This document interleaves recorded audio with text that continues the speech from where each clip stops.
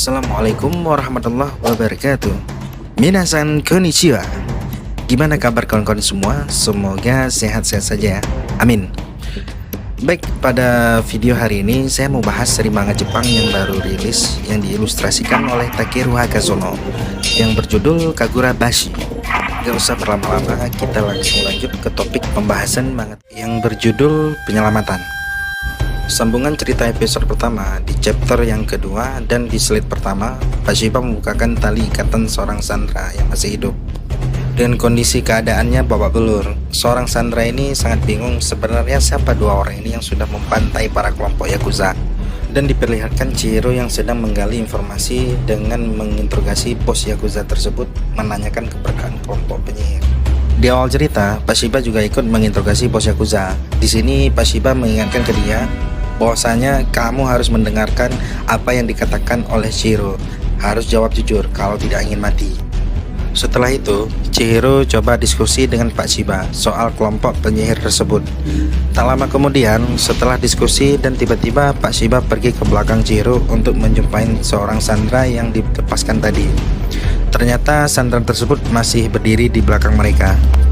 Di sini Chihiro masih menginterogasi bos Yakuza. Bos Yakuza tampak bingung sebenarnya siapa dua orang ini. Saat bos Yakuza mau jujur dengan Chihiro, tiba-tiba bos Yakuza bertingkah aneh dan mengerang sakit. Tak berapa lama mata dan wajah bos Yakuza berubah bentuk dan keluar akar pohon di seluruh badannya. Dan akar pohon tersebut menjalar kemana-mana dengan bentuk semakin membesar dan berubah menjadi I am Groot. Aduh. Ini kok udah masuk lain cerita. Oke kawan-kawan, jangan lupa like, comment, share, dan subscribe biar makin nampol kita cerita manga ini. Oke, kita lanjut serius lagi nih.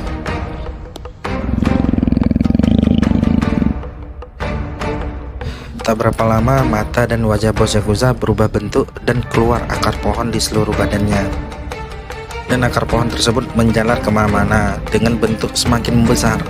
Chihiro sontak menghindar dan loncat ke belakang dan ia teriak ke Pak Shiba, "Kalian berdua larilah," kata Chihiro. Tiba-tiba akar pohon itu menuju ke arah sandera yang tadi masih hidup untuk menyerangnya. Saat melihatnya, ia pasrah dan tidak tahu apa yang harus diperbuatnya. Tak lama kemudian, Pak Shiba menariknya sambil membaca mantra langsung mengeluarkan Pak Shiba dari gedung itu. Tiba-tiba mereka sudah ada di luar. Dan sandera tersebut terlihat bingung kenapa kok tiba-tiba di luar. Setelah itu Pak Shiba kembali masuk ke dalam untuk melihat Chihiro. Dan ternyata Chihiro masih dalam keadaan baik-baik saja. Begitu Pak Shiba di belakang Chihiro, di sini Chihiro menanyakan kondisi sandera yang tadi yang dilepaskan oleh Pak Shiba. Ternyata Pak Shiba menjawab ia masih baik-baik saja, hanya pening sedikit. Dengan kematian bos Yakuza, di sini mereka berdua mencoba berspekulasi bahwasanya kelompok penyihir ini sangat berpengalaman. Tak lama berselang, mereka mulai untuk pergi meninggalkan tempat ini. Tiba-tiba Pak Shiba pun ngomong ke Chihiro, "Aku mau pulang ke Tokyo." Dan Chihiro pun meminta ikut Pak Shiba. Di sini Pak Shiba sangat terkesan dengan teknik Chihiro saat melawan mafia tersebut, walaupun dia belum sepenuhnya menguasai teknik Yuto. Di panel berikutnya diperlihatkan rumah ayah Chihiro dilindungi penghalang yang dapat menyembunyikan mereka dari dunia luar. Di sini Pak Shiba sangat merasakan pada kemampuan energinya. Ia merasakan ada terjadinya sesuatu dengan penghalang rumah Chihiro. Karena Pak Shiba penasaran, tak lama berselang sampailah Pak Shiba di depan rumah Chihiro. Dan ia melihat di depan halaman rumah itu ternyata ada Chihiro dengan penuh luka di sekujur tubuhnya, sedang duduk lemas di samping ayahnya yang sudah terbaring, dan juga melihat rumah Chihiro yang sudah hancur.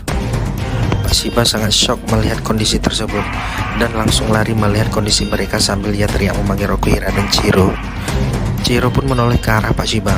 Dengan kondisi Chihiro sangat lemas dan Pak Shiba langsung menanyakan apa sebenarnya yang terjadi. Chihiro pun menjawab pertanyaan Pak Shiba. Ada 3 penyihir tiba-tiba muncul di hadapan rumah mereka, entah dari mana. Karena saat kejadian tersebut, Chihiro keadaan pingsan di dalam reruntuhan rumahnya. Tak lama berselang, ia siuman dan langsung merangkak melihat ayahnya yang sudah tergeletak di depannya.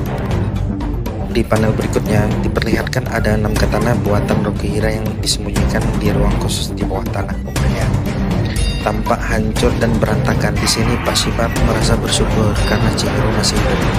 Di sini Pak Shiba menanyakan kondisi luka Chihiro di kepala karena terus-terusan mengeluar darah. Dan Chihiro pun tak menghiraukannya, dan ia merasa baik-baik saja. Itu hanya sebuah goresan biasa. Di slide berikutnya diperlihatkan saat ayahnya masih hidup. Di momen tersebut saat Rokuhira ingin menampakkan kepada Chihiro koleksinya di ruang khusus di bawah tanah rumahnya.